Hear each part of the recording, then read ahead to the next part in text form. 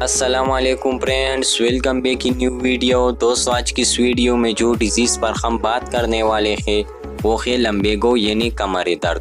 تو دوستو بات کرتے ہیں کہ لمبیگو کیا ہے، اس کی کازز کیا ہے، اس کی سمٹمز کیا ہے، اس کی تشخیص کے لیے ہم کون سی ٹیسٹ کراتے ہیں اور کون سی میڈیسن سے ہم لمبیگو کو ٹھیک کر سکتے ہیں۔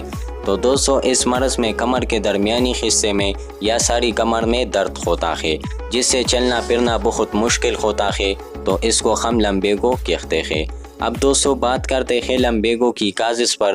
تو دوستو تھکاوٹ، کمزوری، سردی لگنا، امراض مفاصل، زیادہ وزنی کام کرنے سے مختلف امراض میں کمر درد ایک علامت کے طور پر بھی دی جاتی ہے۔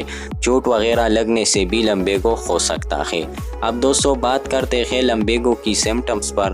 تو دوستو کمر میں درد ہوتا ہے جس سے مریض کمزور ہو جاتا ہے۔ درد گردہ کے مریضوں میں بھی کمر درد ہو سکتا ہے۔ عام طور پر رات کو تکلیف میں اضافہ ہو جاتا جس کی وجہ سے مریض بہت پریشان رہتا ہے۔ اب دوستو بات کرتے ہیں کہ ہم اس کی تشخیص کے لیے کون سی ٹیسٹ کراتے ہیں۔